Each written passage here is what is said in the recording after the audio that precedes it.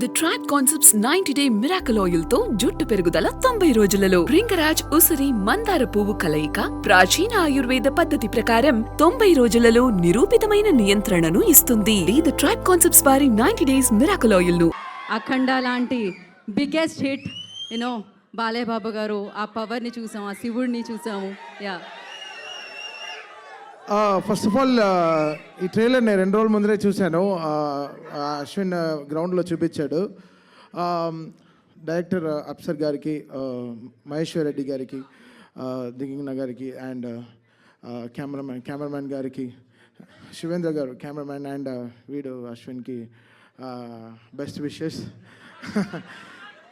అంటే టాలెంట్ మాత్రం ఉంటే సరిపోదు, టాలెంట్తో పాటు కసి ఉండాలి. అది వెరీ వెరీ ఇంపార్టెంట్. అంతే చాలామంది టాలెంటెడ్ యాక్టర్స్ ఉంటారు, కంపోజర్స్ ఉంటారు, కెమెరామ్యాన్స్ ఉంటారు, బట్ ఆ ఒక కసి ఉంటేనే అది విల్ అచీవ్ ద పాయింట్. వీడికి అసలు ఆ కసి ఒళ్ళంతా ఉంది. కసిగాడు సింగిల్ కొట్టి ఇవరా నేను ఆడతాను రా బ్యాటింగ్ అంటే ఎవడే ఆడే కొట్టాలి, ఆడే గెలవాలి, విన్నింగ్ షాట్ వాడే కొట్టాలి అని వాడికి అసలు ఆ పంతం అది అన్న దగ్గర నుంచి వచ్చిందో లేకపోతే వాడికి ఎలా పుట్టినప్పటి నుంచి ఉందో. All I wish only one thing for Ashwin is అటు బాల్ ఎలా బాడతాడో బాక్స్ ఆఫీస్ని కూడా అలా బాదాలి అది. So I wish him all the very best because చాలా మంచివాడు, చాలా వెరీ ప్యూర్ ఫెలో. అందుకే వాడి కోసం పొద్దున ఇలా పడిపాడారు. పొద్దునుంచి 20 కాళ్ళు చేసిన, ఇంకొక కాల్ చేసింటే బ్లాక్ చేసేవాడిని. సాగు దొబ్బాడు పొద్దునుంచి, రా బయలుదేరా. సరే ఓకే, వెరీ హ్యాపీ బికాస్ ఈ సినిమా కంపోజర్ ఫేమస్, మాకు వెరీ లెజెండరీ కీబోర్డ్ ప్లేయర్ ఉన్నారు చిన్న గారని, వాళ్ళ అబ్బాయి వెరీ బడ్డింగ్ కంపోజర్. చాలా ఇంట్రెస్టింగ్గా ఉండింది తన వర్క్. ముందర సాంగ్ కూడా నేను ఒక సాంగ్ లాంచ్ చేశాను, చాలా ఫెంటాస్టిక్గా ప్రోగ్రామ్ చేశాడు, చాలా కొత్తగా ప్రజెంట్ చేశాడు. శివుడు అంటే అది ఒక ఫీలింగ్ అండి, అది ఆటోమేటిక్గా వచ్చేస్తుంది, మనం ఏం చేయలేదు, ఆ శివుడు చేపిస్తాడు. So that will work. అక్కడ నేను ఏదో చేశాను నేను చెప్పలేదు, I prayed very hard for Shiva, he made it happen అంతే. అది మళ్ళీ చేస్తామో తెలియదు, సో మళ్ళీ చేస్తున్నా అది ఒక ప్రేయర్ వల్లే అవుతుంది. సో ఇది మన కష్టం కాదు, అందరిది. అంటే దేవుడిని నమ్మారు, సో డెఫినెట్గా గెలుస్తారు. సో వీడి బర్త్డే రోజున ఈ సినిమా రిలీజ్ అవుతుంది August 1. సో అసలు ఎంత డీపర్గా లాస్ట్ 15 daysగా వీడు పడే కష్టం నేను చూస్తున్నాను.